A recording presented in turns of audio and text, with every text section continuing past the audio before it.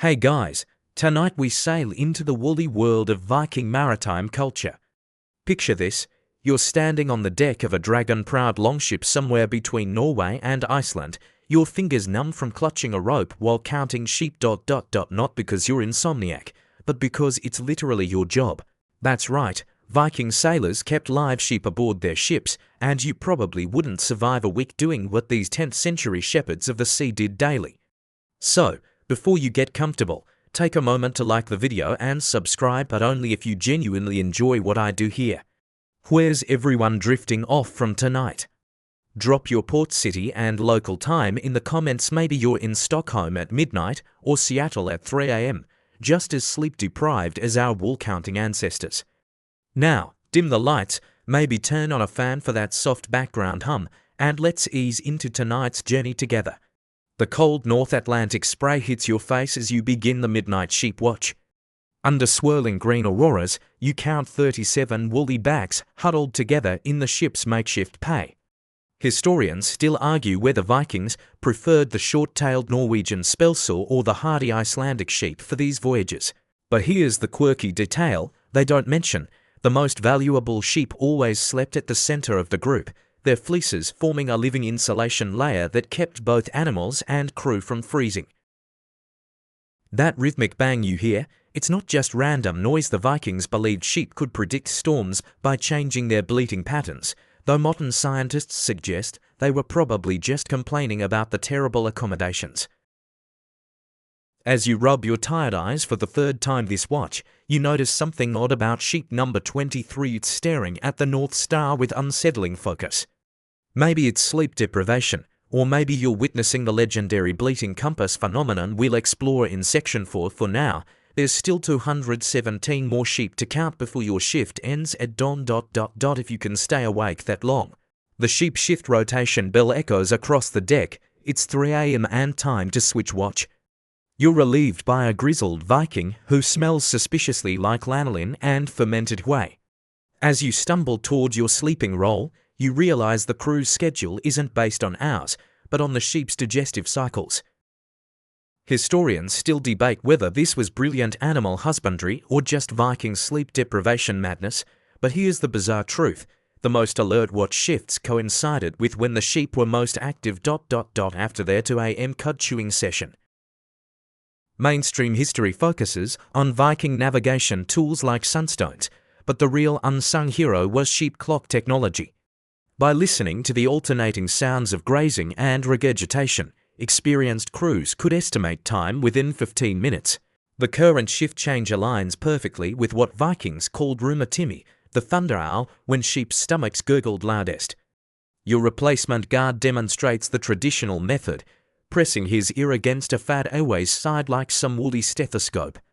As you collapse onto your roll, you spot the night's ration, a hunk of dried mutton that looks suspiciously like it came from sheep number 14, the one with the weird eyelid.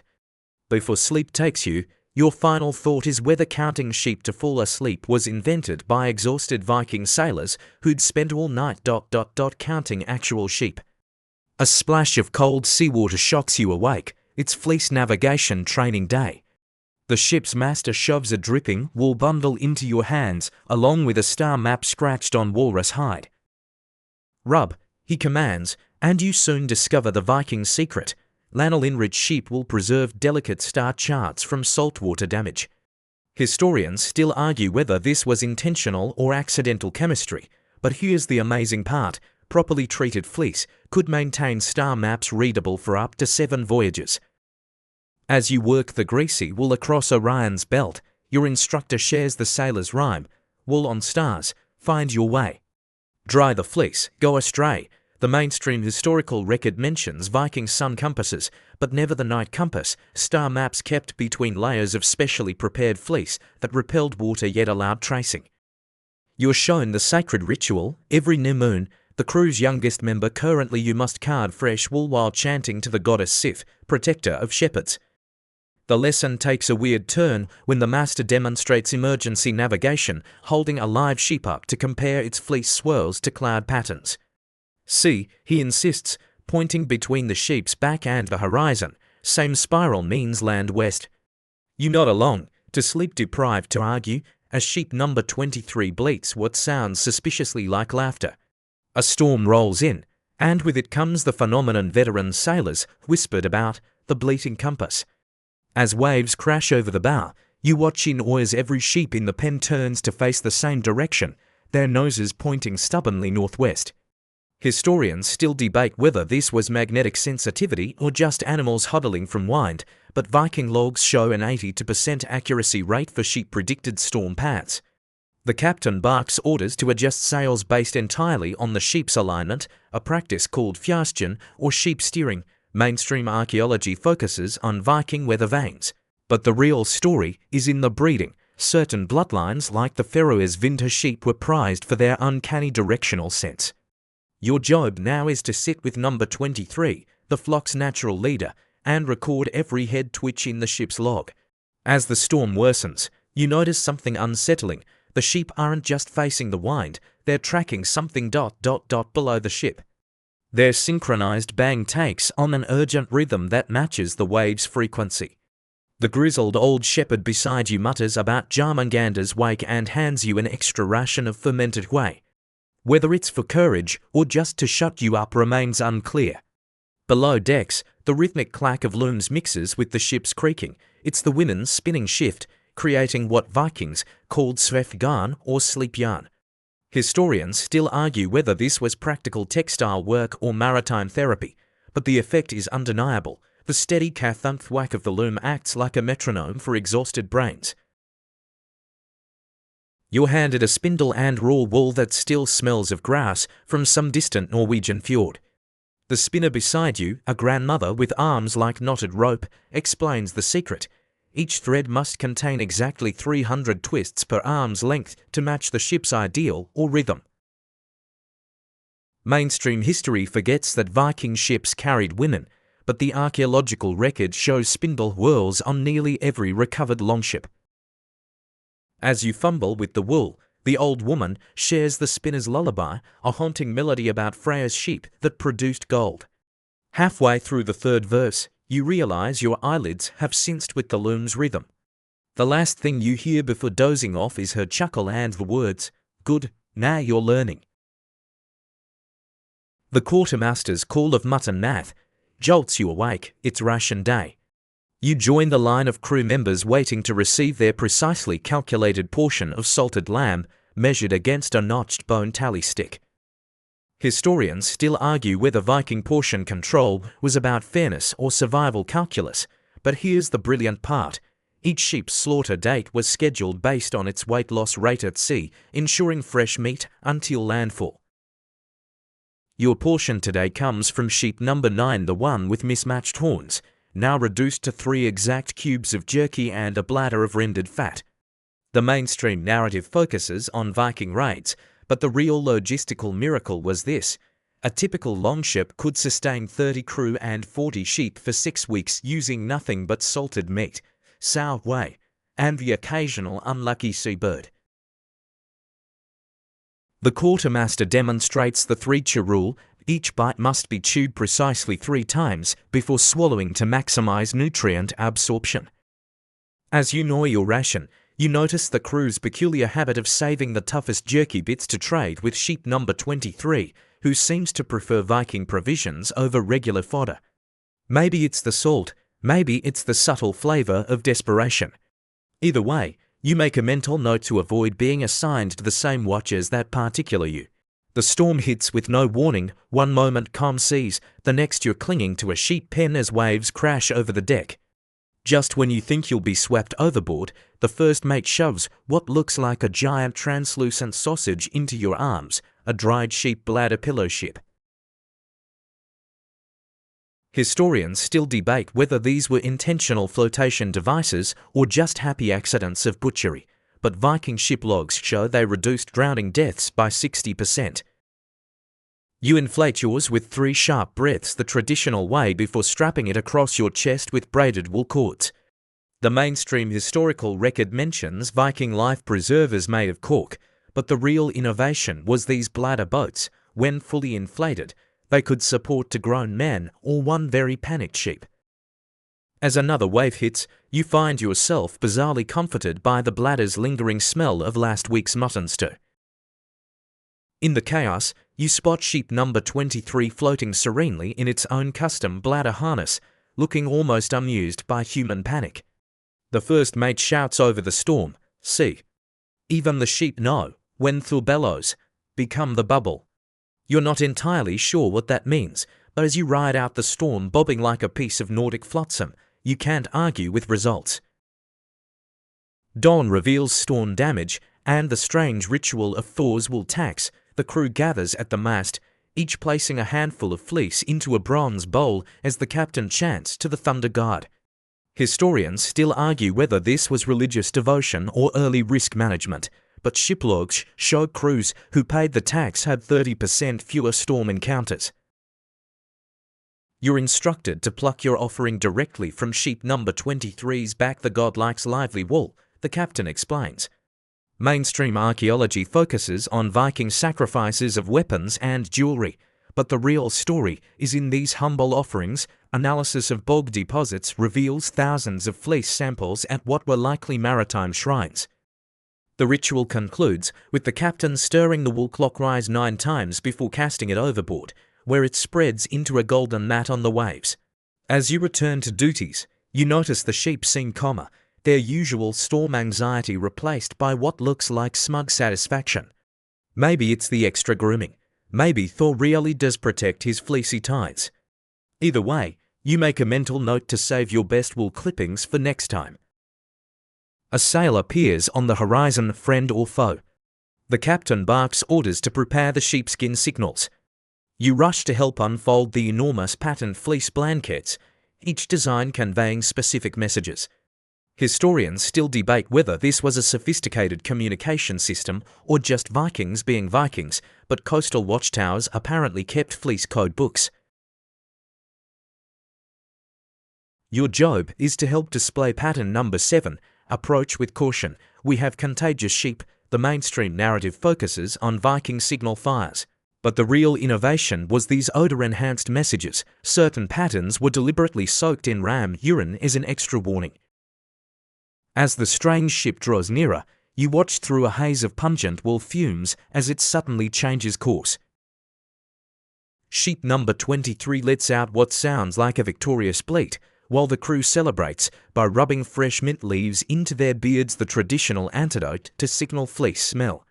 You learn 2 important lessons. 1. Viking diplomacy often involved stench warfare, and 2. Nobody ever volunteers to fold the used signal blankets. The Irish coast appears, and with it comes the legendary tale of the Great Fleece Heist. As the crew prepares to trade, the old bosun pulls you aside to whisper how Irish monks once stole an entire longship's wool supply in 873 AD. Historians still argue whether this was an act of resistance or just really determined knitters, but Viking law codes afterward always specified armed guards for fleece cargo. You're assigned to watch the sheep pen while others go ashore, with strict instructions: count tons, not heads. Mainstream history forgets this clever anti-theft tactic. Since each Viking sheep was trained to stick out its tongue on command, you could quickly spot imposters. As you perform the ritual tongue check, sheep number 23 gives you what can only be described as a sarcastic lick. You notice suspicious figures lurking near the tree line. When one makes a move toward your flock, you instinctively grab the emergency tool, a bag of thistle pods that make sheep sneeze violently on command. The resulting chorus of 40 explosive batcher sounds sends the would-be thieves running. As the crew returns, they find you surrounded by smug, sniffly sheep and a pile of discarded monastic robes. The captain nods approvingly and rewards you with an extra ration of ... what else? Mutton jerky. The blood fleece ritual begins at moonrise. You help grind dried berries into crimson powder as the ship's Volvacirus chants over a cauldron of steaming sheep urine, apparently the only liquid that properly fixes the dye. Historians still argue whether these red fleeces truly warded off sea witches or just made Viking ships easier to spot, but crew logs mention 70% fewer nightmares of the deep after implementation. Your initiation task: dip sheep number 23's tail while reciting the charm against finger mythical sheep sharks. The mainstream record mentions Viking ritual dyes, but never this bizarre maritime twist. The reddest fleeces were always hung from the prow where they'd slap against carved dragon heads, creating what the crew called the laughter of the waves. As you work, the vulva whispers how certain patterns in the dyer's spread could predict storms ... or betray a crew member's secret crush. When dawn comes, you're left with hands stained bloody red and a new appreciation for Viking laundry days. Sheep number 23 seems oddly proud of its new accessory, prancing around the deck like some woolly conqueror while the crew gives it a wide berth. That's when you learn the unspoken rule: nobody teases a sheep that's just been ritually protected against monsters. Cloudy nights mean navigation by sheep zodiac. The captain points to formations only Vikings could see. There, the great ram's horn touches the mast of Freyr. You squint at what looks like random stars until sheep number 23 butts your leg insistently. Following its gaze upward, the constellations suddenly click. Those aren't just stars, they're a woolly roadmap. Historians still debate whether Viking Festjourner sheep stars were actual astronomy or sleep-deprived hallucination, but recent analysis of rune stones suggests at least 12 documented ovine constellations. The mainstream narrative focuses on Norse mythology, but the real genius was how they trained sheep as living planetariums. Certain breeds would reliably bleat when specific stars appeared. Tonight's lesson: when the Aways IV aligns with the fleece lyra, turn northeast. As you practice tracing woolly shapes in the sky, the old shepherd demonstrates the lost art of counting stars by sheep, pairing each visible star with a remembered feature from the flock below. By midnight, you're seeing curly horns and woolly backs in every twinkling light ... which might explain why Vikings never feared the dark. The yawning shepherd's horn sounds its watch change again, but this time determined by the sheep's sleep cycles. You're relieved by a teenager whose sole qualification is being left-handed. Apparently southpaws better interpret drowsy sheep yawns. Historians still argue whether Viking shift science was brilliant or bonkers, but crew logs show left-handed watchmen reported 30% fewer nighttime collisions. Your replacement demonstrates the traditional method, blowing gently across a sleeping sheep's nostrils to check respiration depth. Mainstream history forgets this maritime adaptation. Viking captains believed sheep entered sea sleep deeper rest with one eye open after 3 days aboard. The current flock is averaging 4.2 ship yawns per hour, ideal conditions for smooth sailing according to the runic manual carved into your bunk. As you stumble below-decks, you pass sheep number 23 sleeping upright in its special harness, the only one allowed to nap vertically due to some ancient privilege nobody questions. Its quiet snore sounds suspiciously like the Old Norse word for slacker. Fleece ASMR arrives, the nightly carding ritual where the entire crew combs wool to the rhythm of the waves. You're handed to spiked paddles and a hunk of unprocessed fleece that still smells of Icelandic meadows. Historians still debate whether this was textile production or Viking therapy, but sagas mention it cured everything from seasickness to broken hearts. The technique is hypnotic. Pull fibers apart in time with the ships rocking while humming the song of the contented Away. Mainstream archaeology overlooks these maritime soundscapes: the click of cards, the whisper of wool, the occasional satisfied sheep sigh created a white noise machine centuries before the concept existed. As you work, sheep number 23 leans against your knee like a furry metronome, its breathing syncing with your strokes. By the time the watch bell rings, you've entered that peculiar Viking trance state called Uldroma will dream, where the boundaries between ship, sea, and sheep blur pleasantly. The first mate nods approvingly at your pile of fluffy clouds. Good, now you're ready to learn how to spin rage into yarn next week.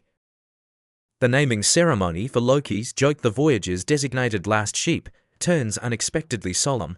This isn't just tradition. It's maritime law coded in the frost-stabbing statutes. One sheep must always remain uneaten as insurance against curses.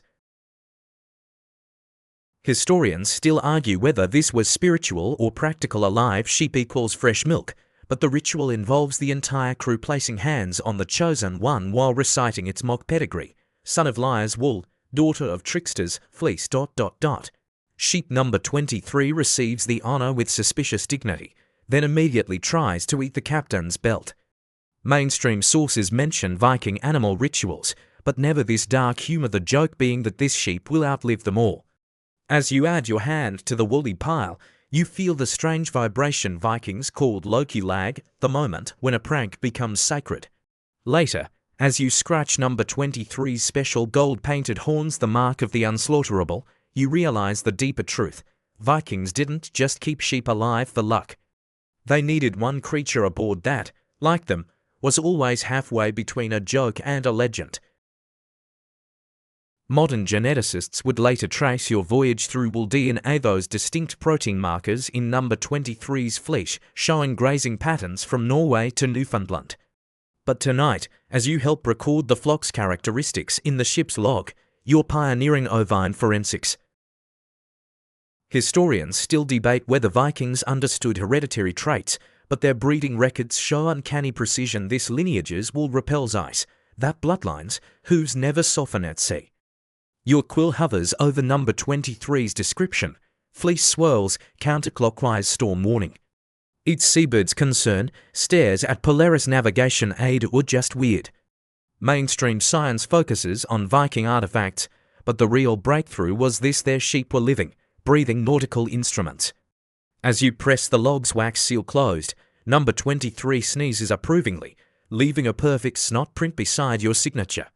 Future archaeologists will either treasure or bleach that detail. Barnacle beards become your new obsession, the Viking practice of rubbing sheep's saliva into facial hair to prevent frostbite. As you collect morning drool in a ceremonial horn while number 23 grudgingly licks salt blocks, the bosun explains the chemistry. Ovine enzymes create a natural antifreeze. Historians still argue whether this was hygiene or heresy, but crew logs mention 50% fewer frozen beards during the saliva winters of 934 AD. The application ritual is ... intimate. Mainstream history sanitizes Viking grooming, but the sagas don't lie. Men would gather at the sheep pen for weekly lissy sessions, braiding each other's beards with lanolin ritual for extra protection. When number 23 suddenly sneezes into your carefully collected saliva, the crew cheers. Apparently this means your beard is now triple blessed. You're not sure whether to feel honored or infected. Fleece forecasting begins at dawn, the ancient art of reading storm signs in wool puffiness. You join the shepherd inspecting each sheep's coat density with a ritual bone comb, chanting the traditional rhyme. Tight curls mean swift sails, loose fluff brings rough gales. Historians still debate whether there's meteorology here or just poetry, but Viking weather logs show 65% accuracy for sheep-based predictions. Sheep number 23 submits to combing with regal boredom until there.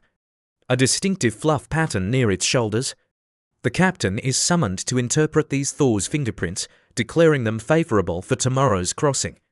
Mainstream science dismisses such methods, but you've seen number 23's wool rise like storm radar before squalls. As you record today's readings, the old shepherd whispers the real secret. Viking fleece forecasting wasn't about the wool ... but the lice. Their migration patterns within the coats allegedly predicted weather shifts. Suddenly that morning combing ritual takes on new urgency. Cloud watching takes a sheepish turn as the crew points out formations resembling legendary rams. There, the fleece injured, shouts the helmsman, adjusting course based on what looks like a very fluffy cumulus. Historians still argue whether Viking fake cloud sheep were navigational aids or just pastoral pareidolia, but sagas mention specific formations guiding ships through fog. Your training begins with number 23's head pressed against yours, its eyes tracking the sky in ways that somehow make the shapes obvious. Mainstream meteorology forgets this maritime lore, how certain cloud edges curled like ram's horns meant land wind, or woolly cirrus predicted calm seas. When you finally spot the Awayzada formation, a sure sign of nearby islands, the crew celebrates by letting number 23 nibble extra rations from your bowl.